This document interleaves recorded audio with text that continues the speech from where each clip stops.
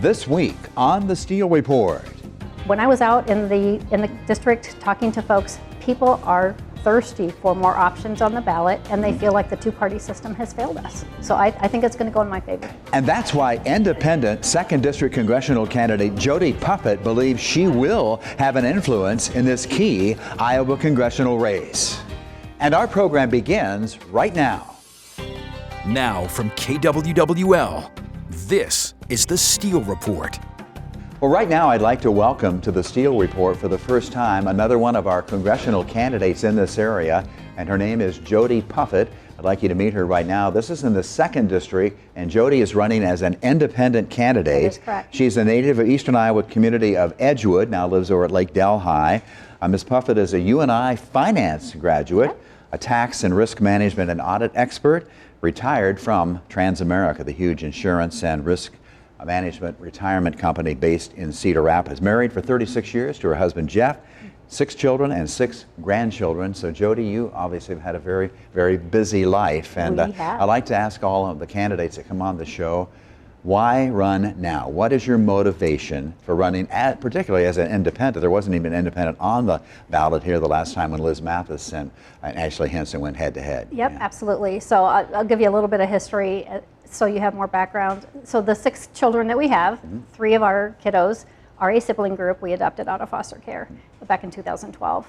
And you mentioned my husband is a U.S. Navy vet. We have an adult daughter who is a special education teacher in a public school here in the 2nd District. And we have a daughter who works at a pediatric mental health hospital in Des Moines. And so I am very passionate and heavily involved in mental health issues. So one of your passions obviously is the mental health part of this big puzzle. But again, let's get back to why are you running though? Yeah. So the final straw, I've actually been following Ashley Hinson for quite a while, and I've been kind of disappointed in her performance in Congress and her voting record. The final straw for me came when she voted yes, along with our other 3 representatives and 2 senators, to the $95 billion foreign aid package in April.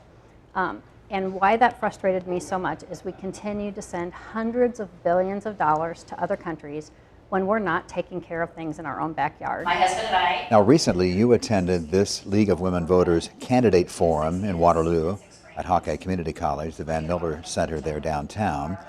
Democrat challenger Sarah Corkery was there, and also incumbent Republican Ashley Hinson appeared, but via video, as she was still out in Washington, D.C.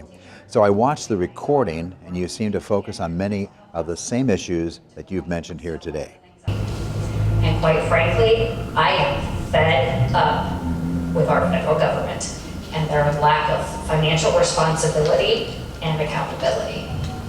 And I'm also frustrated with Ashley Hinson.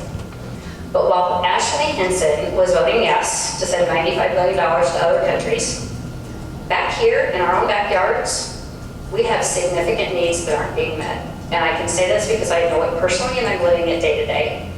We are not supporting our veterans. We are not supporting our foster care system. We are not supporting our mental health community. And we are not supporting our teachers and education. And my whole goal is to get to Washington, fight the status quo, and support cutting wasteful spending to other countries unless it's an absolute need, putting first and foremost the needs of Americans and those in this district. Just as a casual viewer in all this, it looks like you're targeting the current incumbent Republican member of Congress, Ashley Hinson, and so you're going to try to take votes away from her, which then could potentially, just theoretically, opens the door for the Democratic candidate. I thought you were a Republican.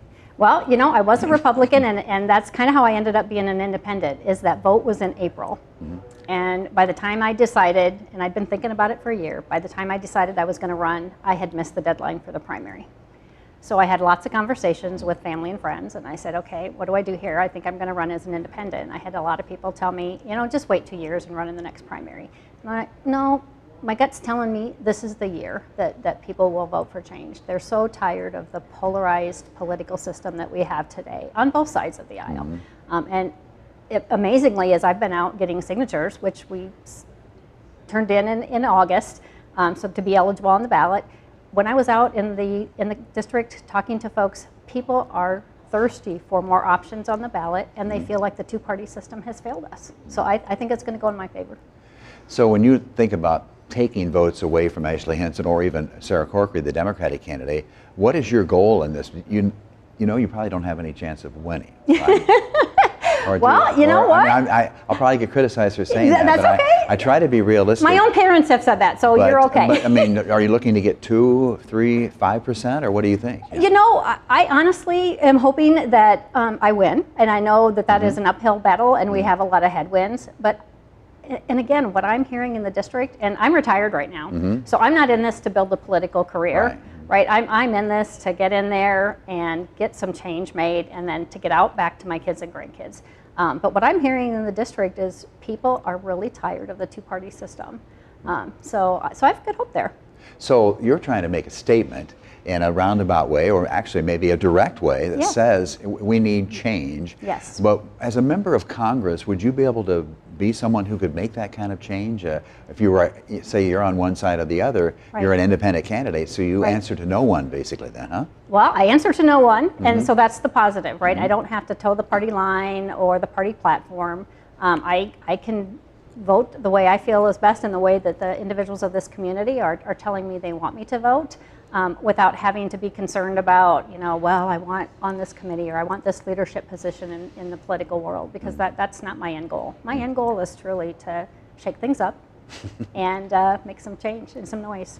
Okay, well, let's go down some of the issues. Obviously, one of the key issues on the Democratic side, and Sarah Corkery made that very clear when she made an appearance here a few weeks ago, reproductive rights. So where do you stand on that? So whether you agree with it or not, the Supreme Court has said, you know what, this is a state issue. So having said that, and I know this is a very passionate issue for Sarah, but having said that, I'm happy to give my views. I'm in the middle. So I'm running against two opponents who, one is pro-choice all the way up through the point of birth, and another one who has signed a federal bill and voted yes that she completely banned abortion without exception. Now I do think Ashley now has said, you know, she would agree to some exceptions. So I need to make that clear. She has said on this show actually 2 or 3 years ago even that she does favor exceptions. Okay. So I'm in the middle. I wholeheartedly believe women need abortion options early in their pregnancy. And no judgment on my part in that, regardless of my own personal beliefs and whether I'd have an abortion or not. But I do believe women need those options. Having said that, if a bill were to come to the floor that said completely pro-choice all the way up through the point of birth, I would veto that as well and vote no. I find it barbaric that we get to that stage. And again, I'm setting aside medical issues, fetal, abnormalities and things like that. Those are a given. Okay, on the border issue, I think you've commented on that before. The border crisis is a crisis as you see it, or what should be done? I do think it is a crisis. I do think it is a crisis. I fully support legal immigration. There are individuals who want to come to this country and make a better life for themselves and be productive members of society, and we absolutely need to have a process that's quicker to get them a path to citizenship. But right now, I do believe we have an open border, and we do have criminals who are coming through that border, and terrorists. And I do think we need to close the border down a little bit stricter and have a better vetting process for those individuals coming into our country. Now there's the Republican side of you coming out there, okay? Are you in favor of extending the wall or building the wall, so to speak? I call it the wall, whatever you want to call it. Yes, I am. Yep. I absolutely am. Now you said you were against the big aid package, the $95 billion. Yes. So as far as money to countries like Ukraine, when does that end, or where do you stand on that? Is there a certain point where we say, listen, this is not going anywhere? What is your viewpoint on that? I would have said no more before the $95 billion package, right? And part of it is, and I know part of that package was weapons in addition to cash, but I honestly believe we're sending these hundreds of billions of dollars over there, and I'm coming at it from a CFO perspective and from our auditor perspective. We have no transparency and accountability into how those dollars are being spent. And I would wholeheartedly support our allies, and I do believe we need to do that. But I firmly believe that we need to take care of our own backyard first, and that's where I have an issue with it too. And what about the aid to Israel? Where do you stand as far as Israel and its fight against Hamas and that ongoing war? Still trying to come up with some kind of, my goodness. At least a ceasefire. Yep. I wholeheartedly believe Israel has a right to defend itself, and I would support anything they need to do to defend themselves. I just believe, and candidly, we're funding both sides of the war right now, a little bit, right? At some point, we need to stop funding the war and just being there from a support perspective. Unless they're going to help win the war. Unless, right? I mean, should the United States be doing more or not? I don't think so. I think we have enough issues right now in our own country that we need to be securing our borders and making our country safe before we worry about the other countries. Okay. So let's talk a little bit about your economic plan, or an economic plan that you would be able to support. And I think Vice President Harris's plan that she's calling it right now is the opportunity economy. Do you know what that is, or would you support that? I haven't. Honestly, the biggest thing I know that she's been proposing is the tax on unrealized capital gains, which I absolutely do not support, and we can talk about that. I was going to say that's one that would be right up your alley as someone who knows all about auditing and risk management. Can you talk a little bit about that? Why would that? Absolutely. So since I've worked for an insurance company, insurance companies have huge investment portfolios. And the challenge I have with the unrealized gains, we had to report that from a regulatory standpoint, but unless that investment is publicly traded, the debate will come down to, how do you value that? How do you value a piece of real estate? How do you value an investment in a partnership? How do you value an investment in a startup business?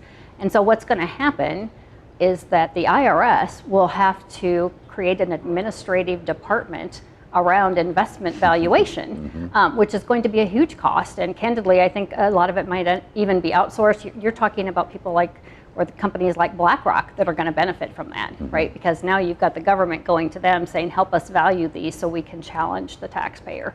It's just not a path we want to go down at all. I mean, if it's called unrealized profit or gain, isn't it unrealized? It's unrealized. So the markets could go, so your typical taxpayer, the end of the tax year is December 31st. So let's say on December 31st, the markets tank. And all of your taxpayers have unrealized losses.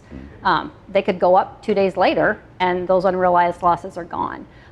So yeah, unrealized, very volatile, would be very volatile from a revenue perspective. And so it'd be really, really hard to balance a budget with that. And what about jobs? I noticed the job creation, the report that comes out on a Friday usually gets readjusted later, and usually it's adjusted down. We overestimated how many jobs are created. How do you create jobs in this country given the current economic conditions? With inflation, though, the rate of inflation down, prices, though, still way, way high. Well, and inflation, candidly, the best thing we can do to fight inflation is the government needs to quit spending so much money. I mean, that's the bottom line, and our debt is out of control. I would actually be a fan of, if our debt got to be a certain percentage of GDP, that there is a requirement. Now, this would require an amendment to the Constitution, right, or a law, but that Congress has to put into the budget for the next several years until they get it below that percentage, that they're going to continue to pay down the debt.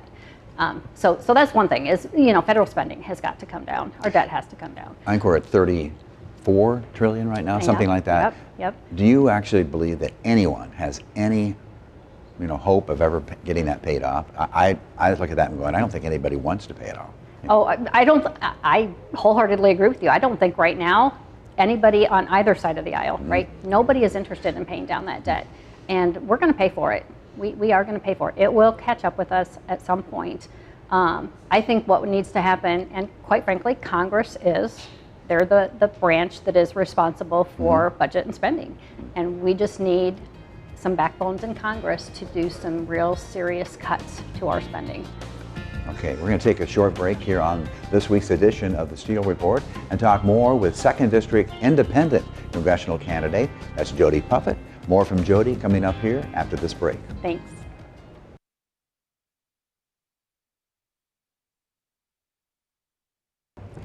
And welcome back to this week's edition of the Steele Report. My guest is 2nd District Congressional candidate, Independent candidate, Jody Puffett. And Jody, one of the key issues that you mentioned in the first segment was the mental health issue. Yep. And you, from your viewpoint, Iowa is drastically, and the government, the federal government, also both the state and federal governments, drastically underfunding Right.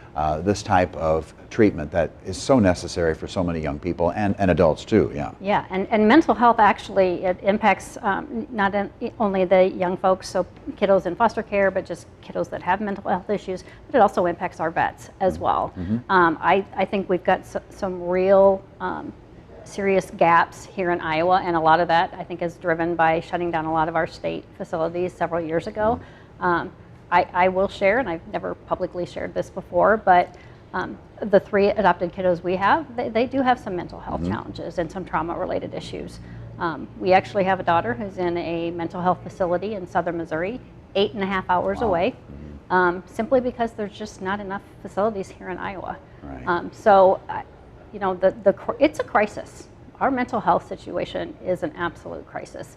And having been involved in the foster care system as well, when you have kiddos that have trauma early on in their life, early intervention is key, because one of 2 things is going to happen, right? They're either going to get the help they need and the support they need for the long haul, because it's not just in a year you're better, or they're going to go down a path of either drugs or end up in the criminal justice system.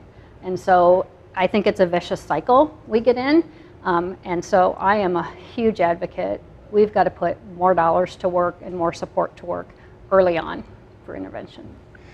What is the other key issue you're looking at right now? If you were a member of Congress, as a freshman member, which would have very little power, Yep. What would you try to push for to help Iowans, and maybe particularly the ag economy, with the Farm Bill still stuck, hasn't even taken any effort in the Senate yet? So, you know, what about the Farm Bill and some other issues that you're concerned about? So I actually have a son-in-law who farms a multi-generational farm, and he and my daughter have 3 boys under the age of 4, and so my biggest issue is I want to protect the family farms. That is critical for me. I can tell you my 3 grandsons, they already are full-blown farmers through and through. It's in their blood, and I want to make sure that those farms are there for them to take over later.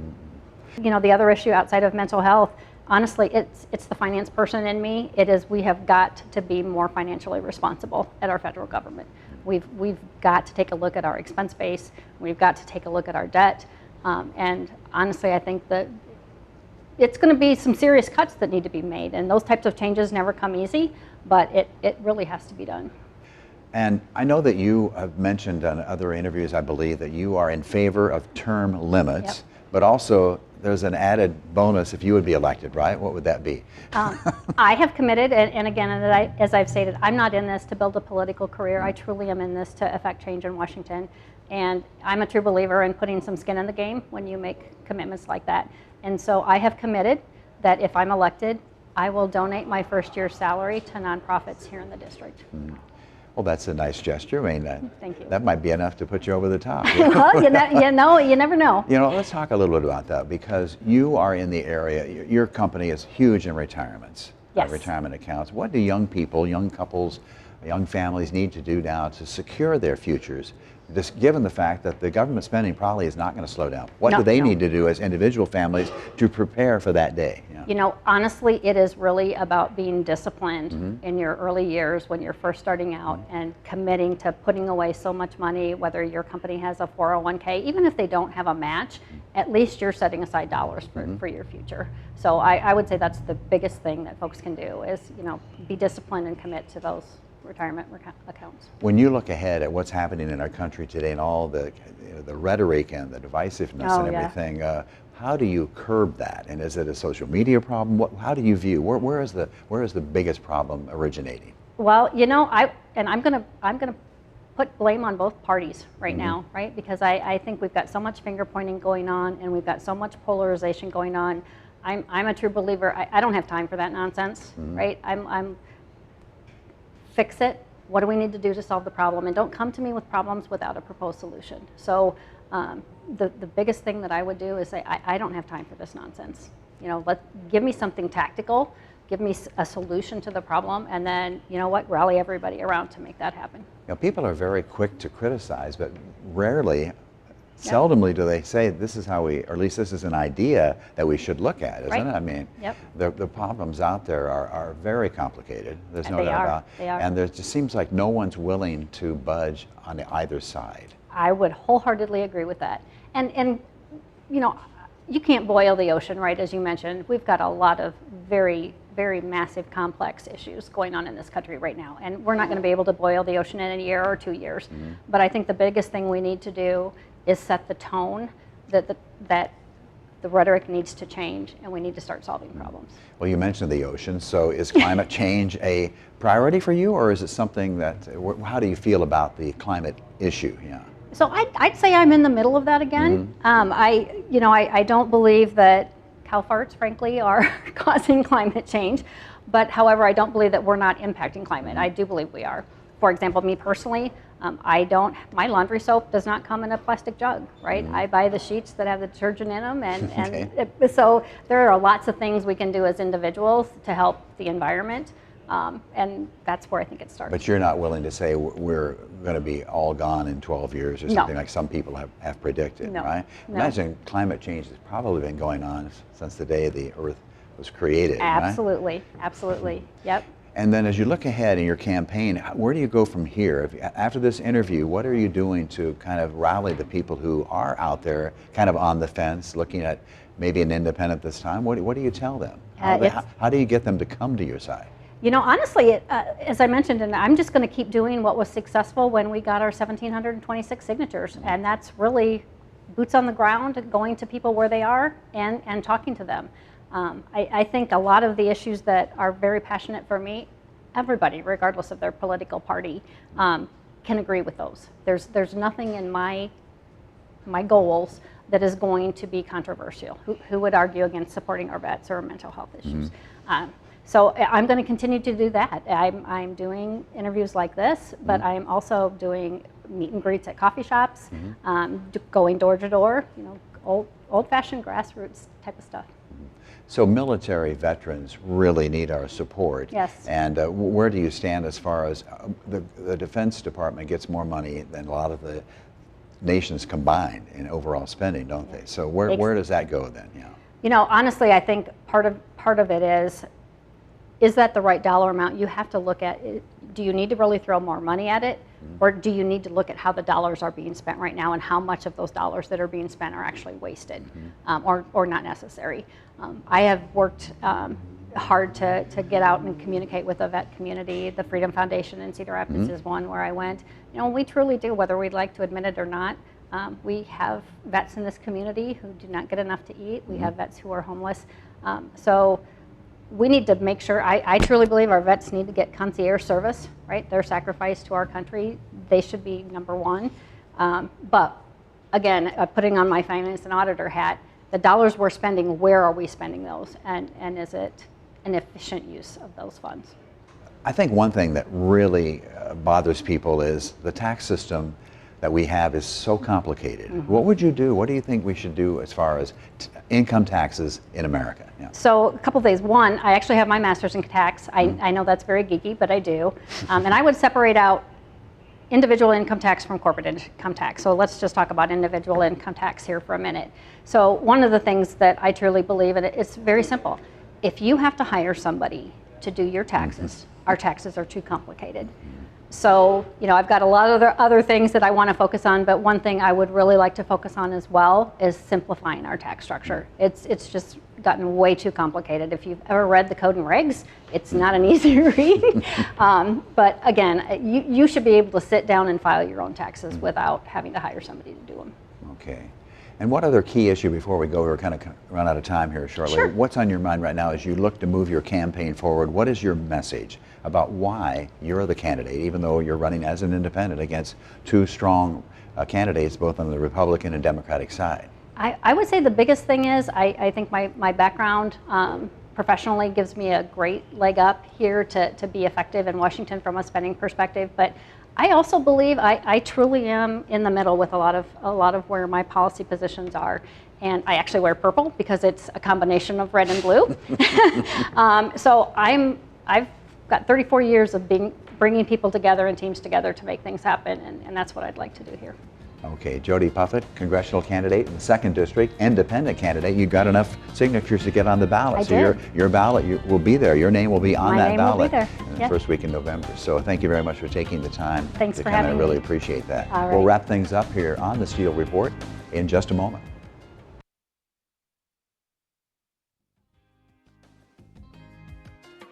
Thanks again to 2nd District Independent Congressional candidate Jody Puffett for being on today's program. More candidates are on our schedule as we get closer to Election Day. Thanks for watching. See you next week.